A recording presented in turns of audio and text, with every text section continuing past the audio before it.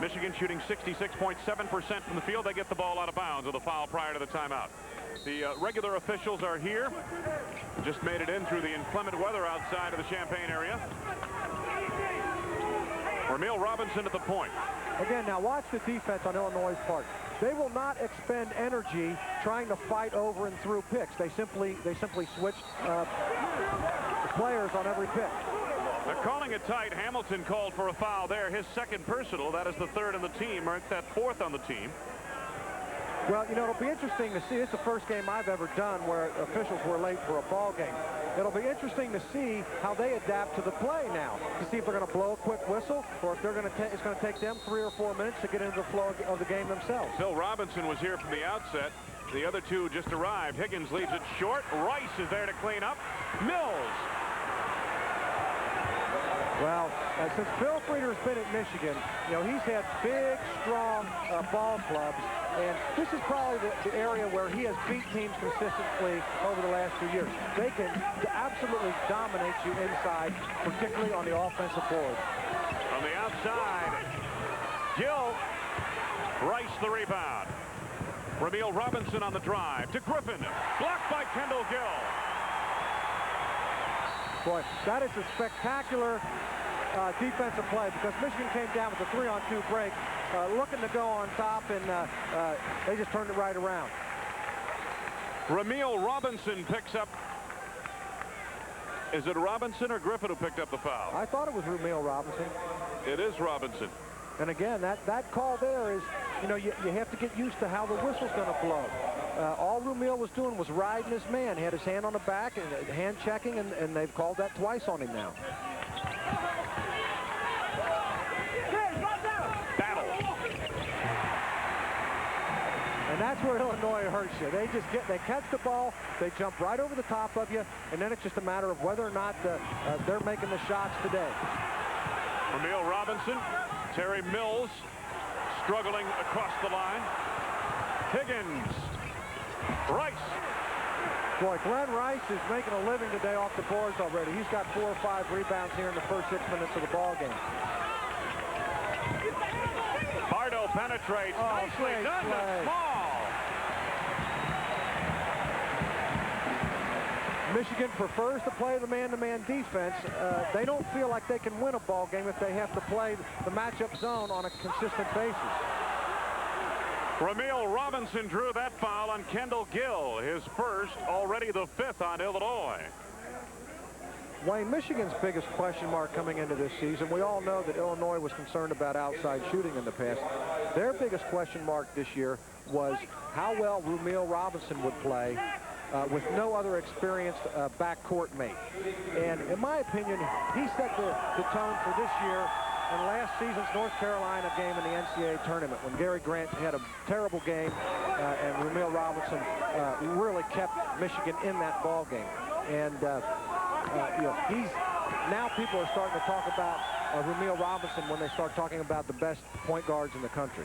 Bill Frieder says he'd like to have another guard to go alongside of Ramil Robinson. He has people playing out of position in that 2-guard slot. Well, that might be the case, but if you can, when they get to the point where Higgins is a quality big guard, it's nice to have a 6'9" guard in the backcourt. They had one in East Lansing, and they went all the way. Battle. His second from the field. He has 4. Well, Bardo tips it out of play. You know, for most of us, we sit here and we watch Illinois play, and we just think, gosh, I wish I had the athletic ability these guys had. Boy, what I would do on the floor. And they are really exceptional. Robinson clears from the pressure. Lou Henson mentioned that his team has to do a lot of things well to win ball games. They have to beat teams in other ways than with size and physical prowess. Like that, quickness, steals. Bardo to Gill on Griffin.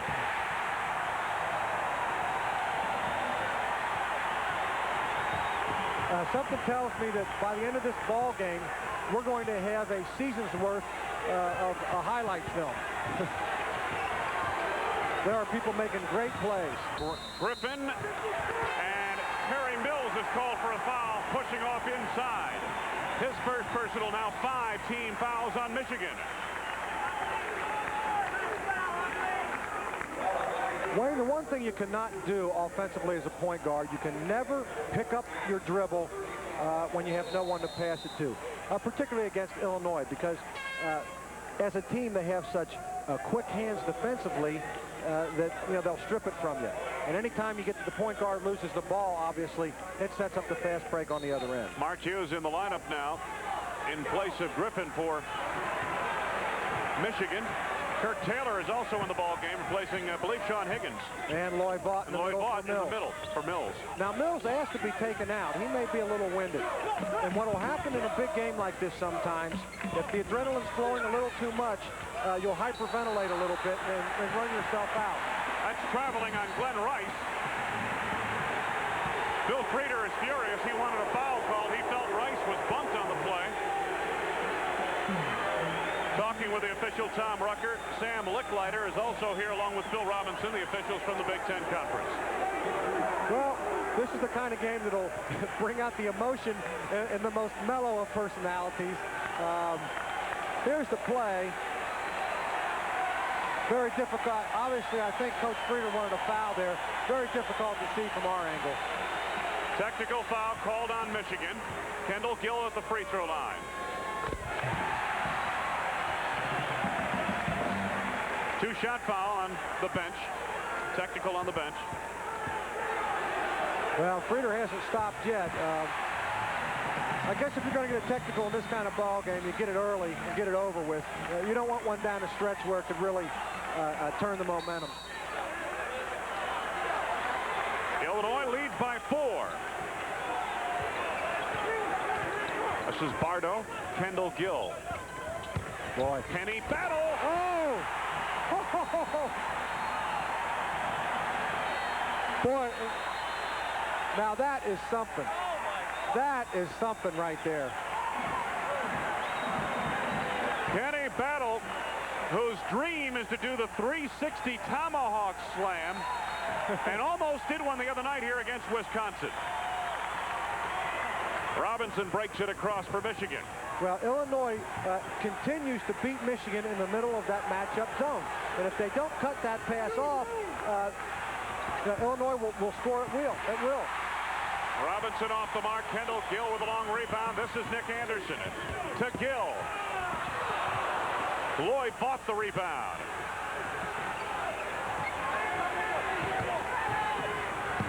Rice for 3. Nobody does that better in the country than Glenn Rice. Catch it and shoot it. And there are very few players who can do that anymore. Most guys are going to want to put it on the floor, gather themselves before they go up. 11:40 left to go, first half. 3-point try, Anderson.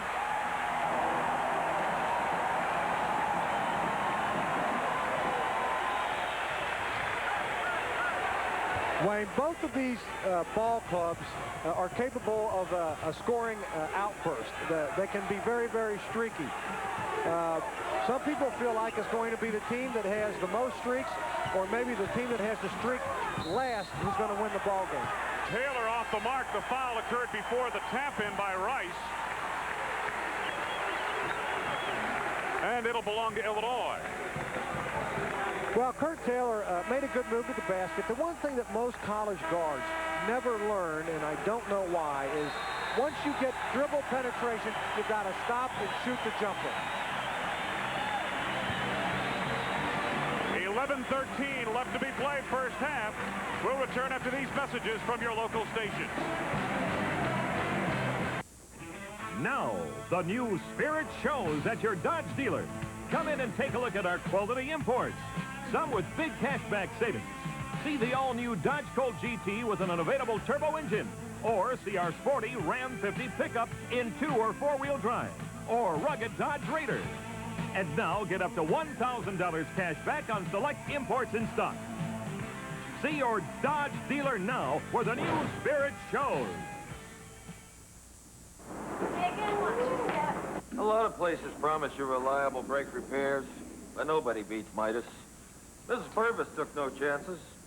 She came to Midas for the same reason a million others did. Because Midas guarantees you brake shoes and pads for as long as you own your car. And the people who work on your brakes are trained brake experts, not amateurs. Don't take chances with your brakes. Come to Midas. Because nobody beats Midas. Nobody.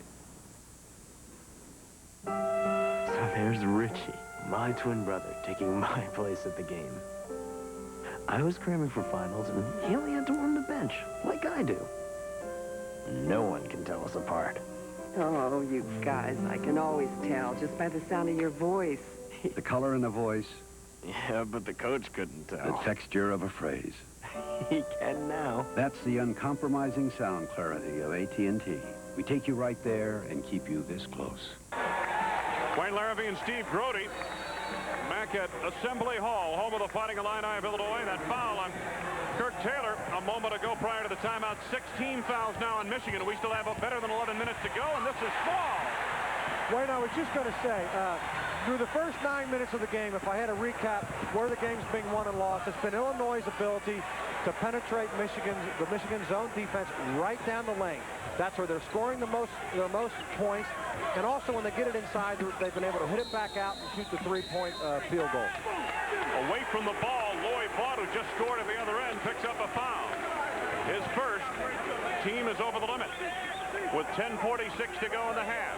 Well, Lloyd Vaught has been the player that's really hurt Illinois over the past couple of years. He got 24 points and close to 10 rebounds in the game down here last season. And there's no in-between with Lloyd. He's either going to be great or be terrible, and you'll usually know within the first 3 or 4 minutes what he's going to do. Got a quick layup, so maybe he's off to a quick start. Kenny Battle at the free throw line. He has 6 points on 3 from the field, some of which have been spectacular. Misses the free throw. Liberty, Marcus Liberty knocked it out of play, and last touch by Michigan. Liberty kept it alive. Well, you don't always, when you're rebounding, if you can't grab it, you always want to try to get a hand on it and keep the ball alive.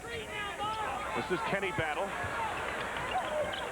Pardo for 3. Other than the layups, I think Illinois has attempted more three-point field goals than two-point field goals, and boy, who'd have thought that would have ever happened after the troubles they had shooting the ball last year on occasion. That was unthinkable last year. Lloyd Vaught out high. Hughes to Rice. Good give and go. Hughes with the open pop. Vaught. At one time during the season, and this is an unbelievable statistic, Lloyd Vaught was averaging a shot per minute played. Obviously, if you play the whole game, that's 40 shot attempts. What that means is that he's extremely active around the basket. He's getting offensive rebounds. He's active. He's getting position inside and creating opportunities for himself. Marcus Liberty, and the slam by Battle.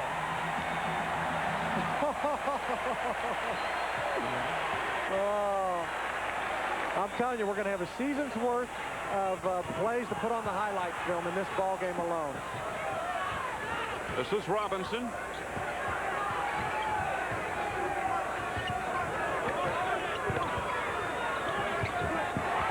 The steal by Battle.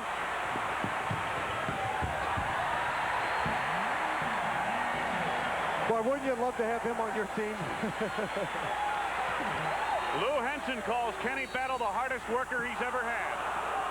Foul here on Battle, a little too tight on defense.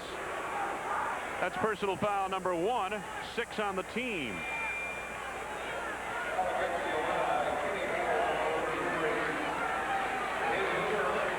All right, here's a chance to take a look at that Illinois full court pressure. They line up in a diamond set, but they're really playing man-to-man defense. They will always press the very first.